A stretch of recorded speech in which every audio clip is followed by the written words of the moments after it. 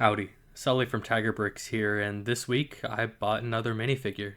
Now, it's been a while since I've done my last episode of this series, but I like to collect the minifigures and then show them off, and I call them IBAMs, or I bought another minifigure, and it's been about a year, so I guess you can already see. I opened it just to make sure it was in there. It's Jango Fett. Now, I don't want to toot my own horn, but you guys can look it up what this sold for on eBay. This guy was a pretty good price, and I already have the helmet. This one didn't come with the helmet. You know, from my last, or second to last IBAM, I actually have the helmet from a lot that I bought. So this guy is going to complete that minifigure, and he's worth maybe $200. That sounds like a lot, but over the last few years, these LEGO Star Wars minifigures have really run up, and I've wanted this one since he was about $50, so let's take a closer look.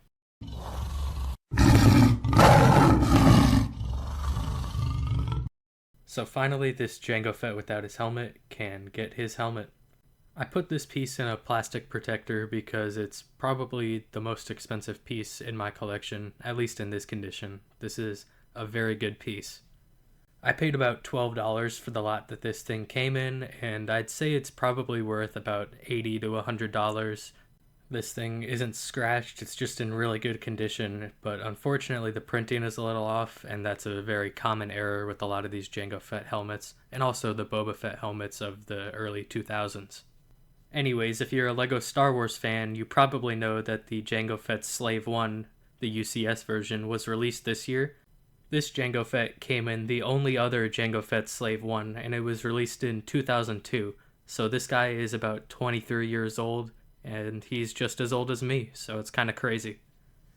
I think these older minifigures aged like fine wine. I just personally think they're so much better than the new minifigures that they're putting out. You know, they have that cartoon look and they're not as action figure-y, and that's what I like about LEGO, is that it's not an action figure.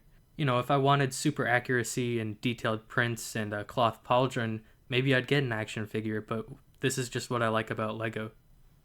Maybe I should show you guys that this is indeed real and I didn't get scammed, because that's probably something I should do.